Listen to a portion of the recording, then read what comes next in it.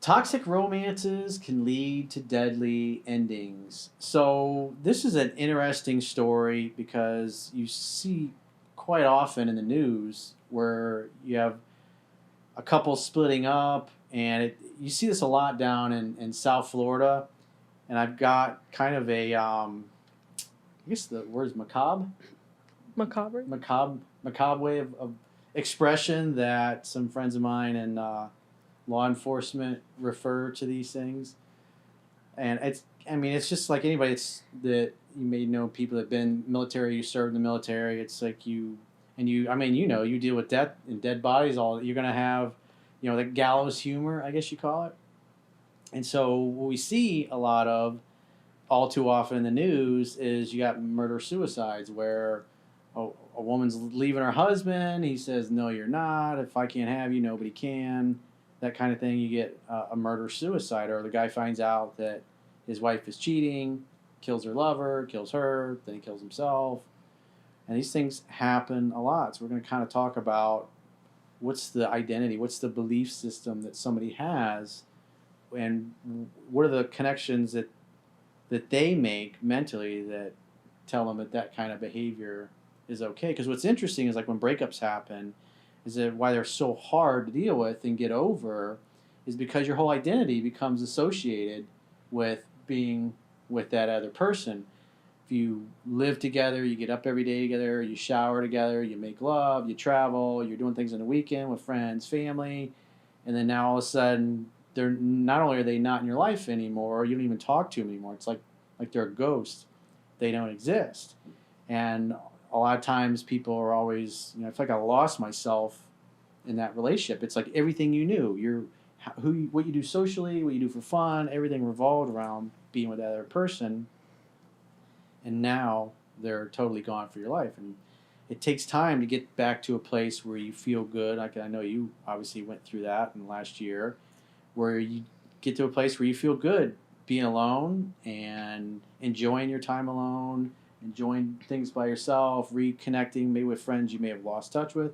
You obviously moved to a completely different state, completely changed your scenery, but it takes time to do that. And so you can see people have really intense emotions. They're very needy. Their whole identity is around being with somebody that basically says you're not going to be part of my life anymore, and they don't handle it too well. And so there was another one that happened the other day, and my my friends referred to this as what's called a Hialeah divorce because it tends to happen a lot down in the city of Hialeah for whatever reason. There's a lot of couples when there's a lot of nasty breakups and there's a bunch of murder suicides and violence with spouses. And what's interesting is, for police calls, the domestic calls are always the most dangerous to police officers because that's when, like there was one I was just reading about yesterday where it was 5 police officers got shot by a guy that I think he'd shot his girlfriend or his wife or whatever. They put their baby in a little, what do you call it, the baby seat, put him outside the door, and then he ended up killing himself, and I think she was in critical condition. But these things happen quite a bit. So Where was this? It was somewhere not in Florida. Oh, okay. This was a different one. I just was reading about this one this morning. So, Esty, what you got? Alrighty. I have one of the latest cases that took place here in Florida and was reported in the Daily Mail on January 30th, 2022. So in this article, it says 2 romantically linked Florida deputies were found dead inside a vacation rental in a possible murder-suicide after they were heard arguing in a bedroom just prior to the sound of gunshots. Some vacation. Right? Some vacation. Damn. Officials say 2 Hillsborough County Sheriff's deputies who were in a romantic relationship were found dead at a rental home in St. Augustine Saturday night. According to news channel WFLA, other fellow deputies on vacation with the couple said they heard arguing from a bedroom followed by gunshots. So there were witnesses who heard that the couple were arguing. So the husband or the boyfriend killed the wife or the girlfriend? Yeah. And then killed himself? Yikes. They were arguing first. I don't know what the argument was about, but probably they were dealing with some things together. Yeah, law enforcement's Clearly. a very, very stressful career. There's a course. really high divorce rate and Yep. depression and alcoholism and things. Another case played out in Chicago on January 26, 2022, according to an article in the Daily Mail. The article reports, 2 children ages 1 and 4 are left orphaned when their state trooper father shoots their pre-K teacher mother in the head and turns the gun on himself after she told family she was leaving him for good. The off-duty Illinois State Police trooper and his wife, who were found shot dead inside a parked car on Chicago's South Side Monday, have been confirmed as a murder-suicide. The family of Amanda Alvarez-Calo, 31, said that she was on the verge of leaving her husband, 30-year-old Antonio Alvarez, at the time of her death. This type of tragedy gained widespread attention back in 1998 when famous Saturday Night Live comedian and actor Phil Hartman was shot dead while he slept in his LA home by his wife, who then committed suicide. I remember that. He was really famous. That was shocking. You know, this is a comedian. He's always making jokes, and everybody loved him. And then all of a sudden, his wife murders him. According to an article in The Heavy, Phil Hartman was one of the greatest comedians to be part of a Saturday Night Live, but his life was cut short in a truly tragic event. With their 2 children in the house on May 28, 1998, Hartman's wife, Brian, shot... Is Bryn or Brian? It's Bryn. Yeah, read it over. With their 2 children in the house on May 28, 1998, Hartman's wife, Bryn, shot and killed him while he was sleeping in their home. Phil and Bryn Hartman were married in 1987. The couple lived in the Encino section of Los Angeles. Shortly after killing her husband, Bryn turned the gun on herself. A letter came out later suggesting Bryn was insanely jealous, according to a Daily Mail article in 2014. Bryn sent Hartman's second wife a nasty letter where she threatened to rip her eyes out. Damn. Savage. Another example that got a lot of press over the summer of 2021 was the high-profile case of Gabby Petito and Brian Laundrie, where she was murdered while on a road trip with Brian. From what I read, they had a pretty abusive relationship, physically abusive. Like they fought a lot, were physical with each other. Bad relationship. Brian Laundrie went missing for about a month, but authorities confirmed he had returned to his Florida home and fled into the swamp where he committed suicide by shooting himself in the head.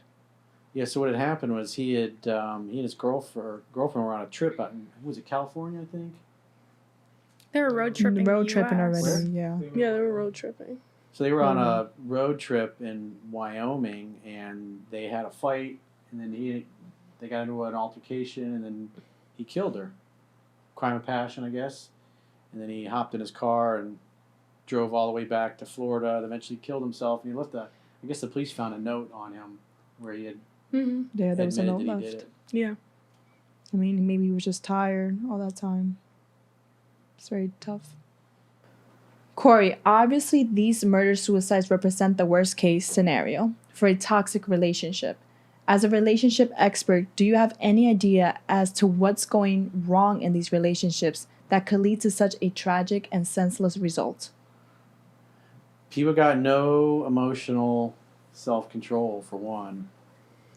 And you choose not to exercise emotional self-control. It's needy behavior. Obviously, the guys, or the gals, their whole identity, like, Phil Hartman's wife, I think they were in the process of splitting up. He was going to leave her or something like that, and she couldn't stand the thought of living her life without him because that her whole identity was wrapped up in that. She could have been mentally ill. You don't really know, but I mean, at the end of the day, this is failure to pump the brakes because on some level they don't feel worthy. They don't feel deep down that they could get somebody else or that somebody would be that into them or on that level. Breakups are not fun, and I mean, everybody in this room has been through breakups before, and they're not fun at all, and they suck, and they always hurt, and some people deal with it better than others. And when you love and you value yourself, you're going to have the attitude that I'll find somebody better. I'll work on myself enough. I'll become a better human being. That the next person will be better, more attractive, easier going, easy to get along with. Because the goal as a human being is you want to get better. Every relationship you want to make you better. And if you are an abundance mentality, you'll hurt, it'll suck, but eventually you'll get over it and you'll find somebody else. But if you're in a scarcity mindset and you feel like it's never going to happen to you again, or that person was the one, because rejection tends to breed obsession. And so when you're the one being dumped and you didn't want to be dumped, even if you were not that into the person, your interest will go through the roof just because they chose to unilaterally ditch you and move on. I have lots of phone sessions I do with guys they were sailing along. They really weren't that into their girlfriend. They're not dating and courting her anymore, and they were kind of, they weren't having much sex, and he's just not making the effort. And then she ends the relationship, and then all of a sudden, I lost my soulmate. I got to get her back. And I always, before I get into that with them, so tell me what you were doing 6 months ago. What was the relationship like? And what was it like in the weeks leading up to the breakup? And the thing I always point out to them is that they weren't putting their best foot forward. And the question is why? Because if you get that person back, all the things that turned you off are still there. They're not going to change. They're not going to become a different person overnight. And so you get them back, and typically most guys don't stay with them more than beyond 3 to 6 months, because they get her back, and then it gives them a serotonin hit when it happens. But over the weeks and months, all the things that annoyed him about her, or that she didn't like, or maybe she was a bad communicator or whatever, they all come back, and then they get turned off for the same reason. But since they were the ones that got dumped originally, they get the girl back.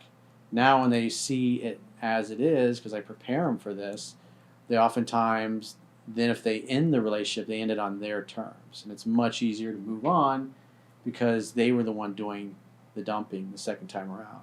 Because otherwise, people get dumped or they get ghosted and they don't understand why. And it oftentimes takes people, I think it was there was a study done, it was like the average person takes like a year and a half to get over a breakup if you've been in a long-term relationship.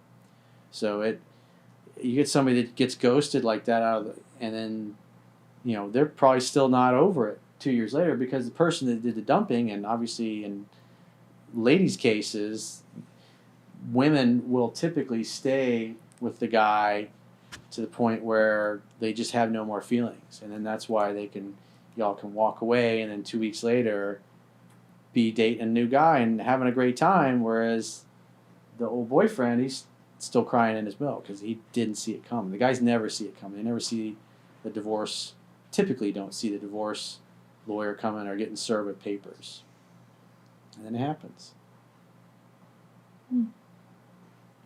Is there any way, though, that the murder victim could have potentially seen what was coming and got out of the relationship before it turned fatal?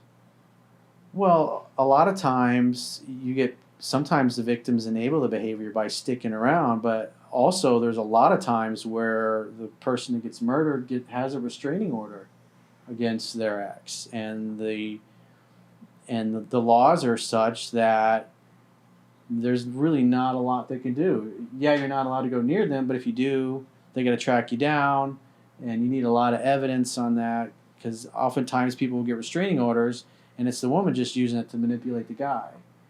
And so there has to be a lot of evidence in order for the police to go after somebody, because it is sometimes abused as well.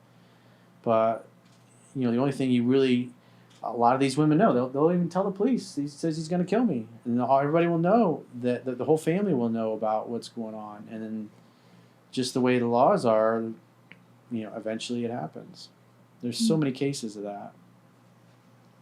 That's why everybody should be armed. Everybody should be competent with pistol and rifle, because if everybody was armed, an armed society is a polite society. And if you're the victim of an ex that's threatening to kill you, and you know how to handle yourself with a pistol, well, it doesn't matter how big and strong he is or how much Brazilian Jiu-Jitsu he's done or how much martial arts that they've done. If you know how to handle yourself with a gun, it's like, doesn't matter how big that dude is, it's an even playing field. And so with a strategic shot, you can end the problem for good if your life is in danger. And too many women don't arm themselves, and they're defenseless. And the police are 15, 20 minutes away. And so if you're in a domestic situation and you call the police, typically by the time the police are there, you're dead. And they're just cleaning up the mess and telling your family what happened. It's crazy. In a second, your life is done. It could change. And the help doesn't come right away. My friend got strangled by her husband and died 2 years ago. Oh, shit. Damn. Mm-hmm. I mean, we weren't, like, super close. We had, like, friends of friends. And she, like, went up missing. It was around New Year's of 2021. And she was found, like, naked in a bush, like, down the road from her apartment in Austin. And it came back that he strangled her. And it was because she tried leaving, because he was, like, abusive. So he heard her phone conversation that she was, like, going to pack up her stuff and move home to her mom's. And he strangled her. He took her clothes off. He just, like, left her like that's very disrespectful. Very. In this random street in a bush in Austin. He's arrested. He got charged. All that. Or... I think it's still in court. I had a girlfriend that after we split up, she started dating one of her male orbiters, and this was like the, Mr. Nice Guy that was always stuck in friend zone. She had dated him for a little bit. The Harry Honda. And then, the Harry Honda type. She had friend zoned him. And after we had split up, she started dating him, or he was one of the first dudes that she called. And she started dating him, and then, and eventually they were living together, and he became violent with her, and he was one of those nice guy type of dudes, the guys that try too hard. And that's why they, want the dudes that chase women away, because it's like they make you guys feel uncomfortable, and you can just sense there's something off about that. I'm sure you got all four of you have experienced dudes like that, and you just get that vibe. You want to stay away. But she got involved with this dude, and he got violent. And then her dad all of her brothers were in law enforcement. And the two of them that were in law enforcement went over there because she had called them, because her family was really tight. And then he went and filed a report against her father, basically claiming that they had roughed him up or whatever, which was bullshit. And it got thrown out, but my ex-girlfriend's father, I think he got suspended for a week or two while it was, the investigation went on.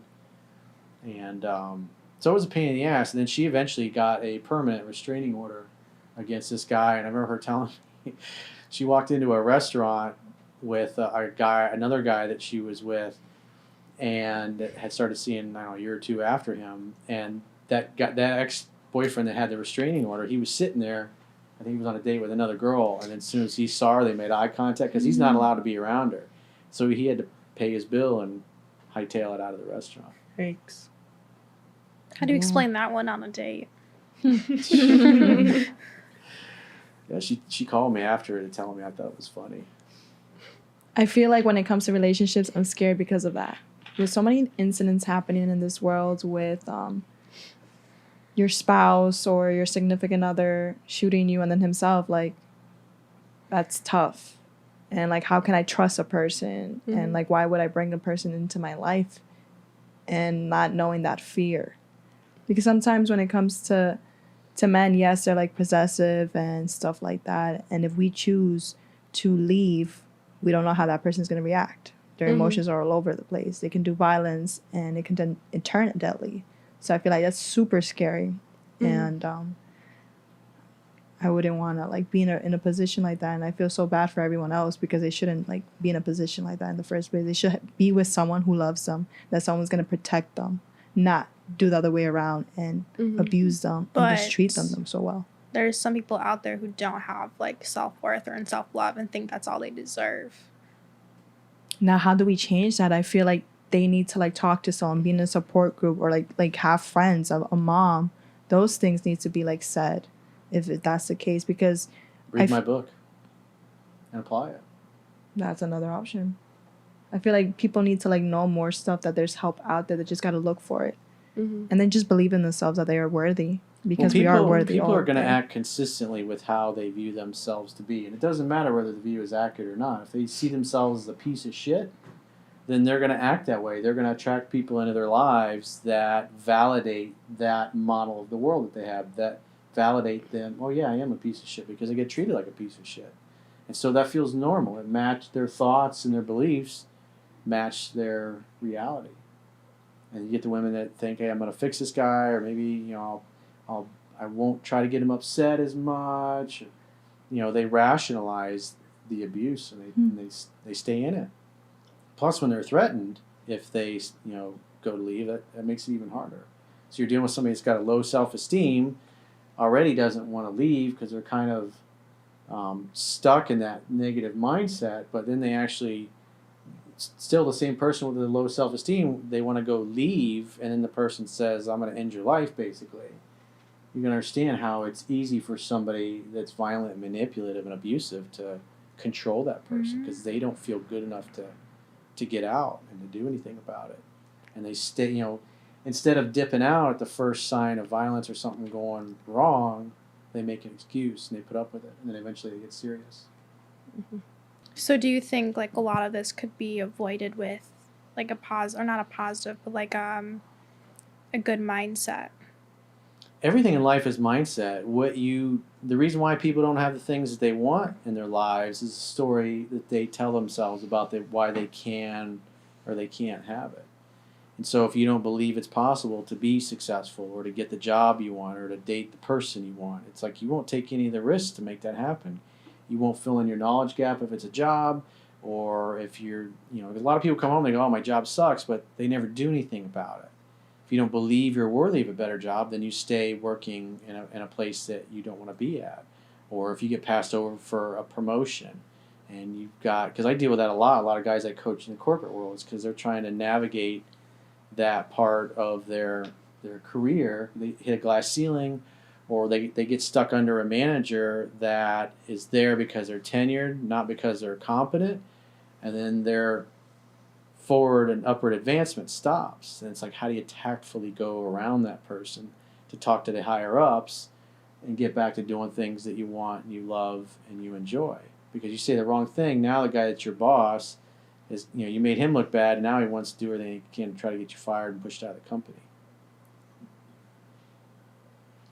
So everything, it's all about mindset. With enough time, eventually, I'll find a better situation, or I'll find a better person, or I'll find a better new best friend, or a better employer, or a better place to live. Your life is only as good as your mindset. Mm-hmm. Exactly. You got to participate in your own rescue.